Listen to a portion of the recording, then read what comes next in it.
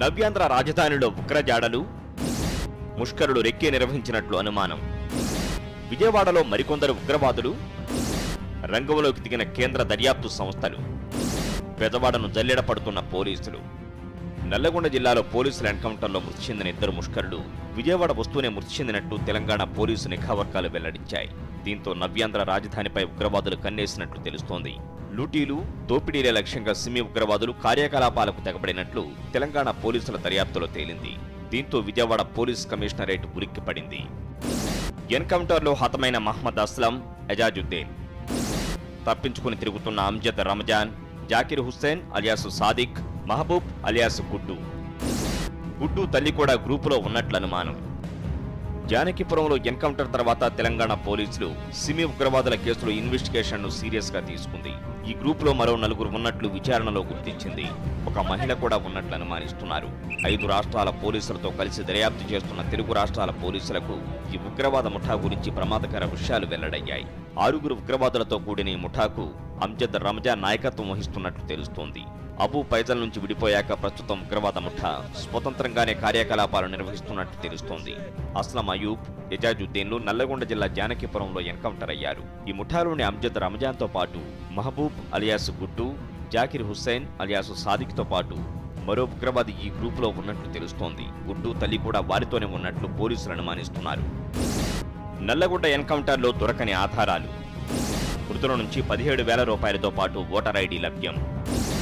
Voter ID Pandey అనే వ్యక్తిదిగా గుర్తింపు. వీడని రైల్వే టికెట్ మిస్టరీ. నల్లగొండ ఎన్కౌంటర్లో హతమైన ఉగ్రవాదుల దగ్గర పోలీసులకు ఎలాంటి కీలక సమాచారం లభించలేదని తెలుస్తోంది.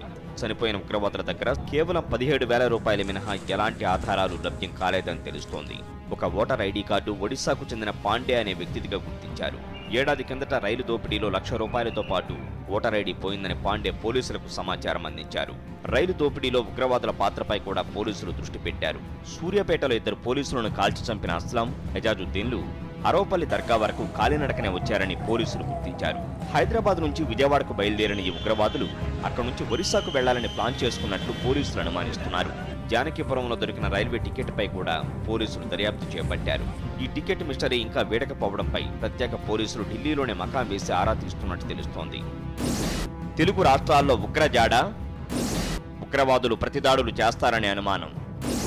ఇన్వెస్టిగేషన్లో 5 రాష్ట్రాల పోలీసులు, మధ్యప్రదేశ్, మహారాష్ట్ర, కర్ణాటక, యూపీ పోలీసులతో పాటు తెలుగు రాష్ట్రాల పోలీసులు ఉగ్రజాడ కోసం వేట మొదలుపెట్టారు.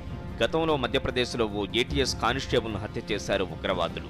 తమ సమాచారం అందించారనే కక్షతోనే కానిస్టేబుల్ను అత్యంత దారుణంగా హత్య చేశారు. ఈ గ్యాంగు ప్రతీకార దాడులు తప్పకుండా చేస్తారని మధ్యప్రదేశ్, యూపీ పోలీసులు అనుమానిస్తున్నారు. ఈ ఉగ్రవాదులను పట్టుకునేందుకు ప్రత్యేక టీంలను ఏర్పాటు చేసిన పోలీసులు ఉగ్రవేటను ముమ్మరం చేశారు.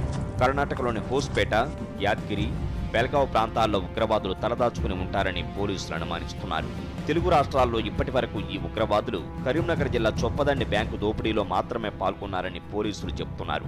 మహారాష్ట్ర నుంచి ఆదిలాబాద్ జిల్లా మంచిర్యాల మీదుగా వచ్చిన ఉగ్రవాదులు చొప్పదండిలో దోపిడీ చేసి అదే మార్గంలో పారిపోయారని పోలీసులు తేల్చారు. ఈ డబ్బుతో 3 ఉగ్రవాద కార్యకలాపాలకు పాల్పడినట్టు విచారణలో తేలింది. పూణేలోని ఓ పోలీస్ స్టేషన్ ముందు పేలుడు జరిపిన ఉగ్రవాదులు గత ఏడాది డిసెంబర్ చివర్లో బెంగళూరులోని చర్చి రోడ్లో జరిగిన పేలుడు కూడా ఈ ఉగ్రవాదులు గ్యాంగ్ చేసి ఉంటుందని అనుమానిస్తున్నారు. రూర్కీలో ఆర్ఎస్ఎస్ ర్యాలీపై జరిగిన గ్రానైడ్ దాడి కూడా వీరి పనే అని పోలీసుల విచారణలో బయటపడింది. బీహార్ నుంచి ఈ ఉగ్రవాదులు ఆయుధాలు కొనుగోలు చేసినట్లు తెలుస్తోంది. అత్యంత ప్రమాదకరమైన ఈ ఉగ్రముఠా ప్రతిదాడులకు వ్యూహం రచించి ఉంటుందని పోలీసులు అనుమానిస్తున్నారు. మధ్యప్రదేశ్లోని క్వాండా జైలు నుంచి 2013లో ఫైజల్ సహా 6 ఉగ్రవాదులు తప్పించుకున్నారు. వీరిలో నల్లగొండ పోలీసుల ఎన్కౌంటర్లో 2 మృతి చెందగా మిగిలిన ఆ 4 ఎక్కడ తలదాచుకున్నారు, వాళ్ళు ఏం చేస్తున్నారు? ఎన్కౌంటర్లో మృతి చెందిన మహ్మద్ అస్లం, ఎజాజుద్దీన్ 2 రోజుల ముందు విజయవాడకు వచ్చినట్లు పోలీసులకు ఆధారాలు లభించాయి. భారీ లక్ష్యంతోనే ఇక్కడికి వచ్చి ఉంటారని నిఘా వర్గాలు అనుమానిస్తున్నాయి. మిగిలిన వారు కూడా విజయవాడలోనే తలదాచుకుని ఉంటారని నిఘా వర్గాలు అనుమానిస్తున్నాయి. కేంద్ర దర్యాప్తు సంస్థ ఎన్ఐఏతో పాటు ఇంటెలిజెన్స్ బ్యూరో 4 జాడ కోసం ఇప్పటికే కూపీలాగే పనిలో నిమగ్నమైనట్లు తెలుస్తోంది.